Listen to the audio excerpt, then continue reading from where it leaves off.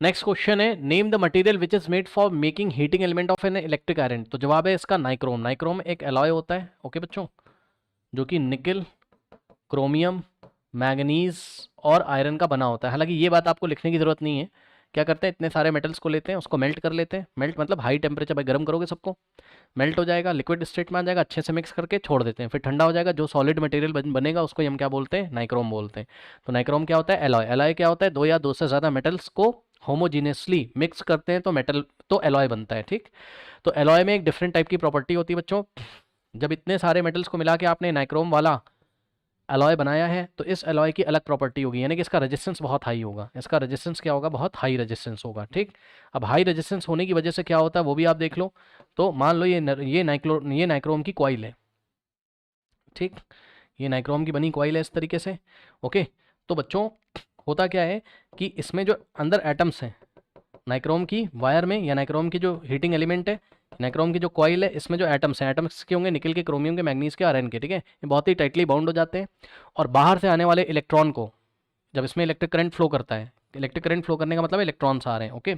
हालांकि electron electric current के opposite direction में फ्लो करते हैं, बट इलेक्ट्रॉन फ्लो तो कर रहे हैं। जब इसमें इलेक्ट्रॉन आ रहे हैं इस तरीके से, तो इलेक्ट्रॉन जब चलेंगे इस नाइक्रोम के वायर के मटेरियल के अंदर से, तो ये क्या करेंगे, इन सारे एटम से कोलोजन करते हैं।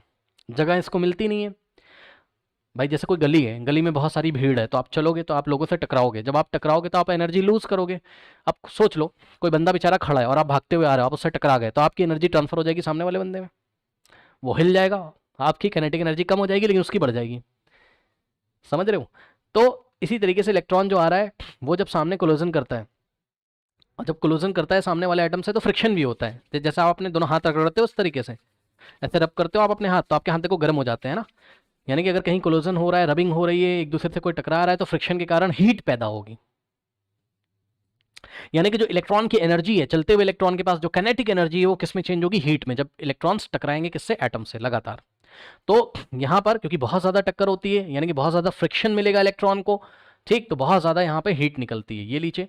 अब ये बहुत ज्यादा हीट निकलती है, इसकी वजह से जो कॉइल है ये गर्म हो जाता है। इसी को हम heating effect of electric current भी बोलते हैं, ओके स्टूडेंट्स। तो यदि आप रेजिस्टेंस हाई कर दोगे, तो हाई करने का मतलब है रेजिस्टेंस के इलेक्ट्रॉन्स जो आ रहे हैं, यानी कि इलेक्ट्रिक करंट जो आ रहा है उसको अपोजिशन बहुत ज़्यादा मिलता है, और इलेक्ट्रॉन की जो एनर्जी है वो बहुत ज़्यादा एनर्जी हीट में कन्वर्ट हो जाती है। इलेक्ट्रॉन की लगभग लगभग सारी एनर्जी हीट में कन्वर्ट हो जाती है, ठीक।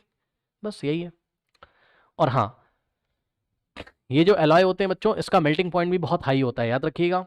ये मेल्ट भी नहीं करते हैं। अब हीट यहाँ पे बन रही है, इसका टेम्परेचर बढ़ता जा रहा है, बढ़ता जा रहा है, बढ़ता जा रहा है, लेकिन ऐसा नहीं कि ये मेल्ट हो जाएगा, ना ना ना। एलॉय के मेल्टिंग पॉइंट भी बहुत हाई होते हैं। एक एलॉय है सोल्डर, जो कि आपने केमिस्ट्री में पढ़ा है, उसका मेल्टिंग पॉइंट बहुत लो होता है, उसको छोड़ दो। बाकी सारे जो एलॉय होते हैं उसका मेल्टिंग पॉइंट बहुत हाई होता है। तो नाइक्रोम का मेल्टिंग पॉइंट भी बहुत हाई है, और होना भी चाहिए भाई। इलेक्ट्रिक आयरन में आप इसको यूज़ कर रहे हो, आपने इलेक्ट्रिक आयरन को ऑन किया, अब ये गर्म हो गया, गर्म होकर मेल्ट हो जाएगा तो खराब हो जाएगा। मेल्ट भी नहीं होना चाहिए, ठीक।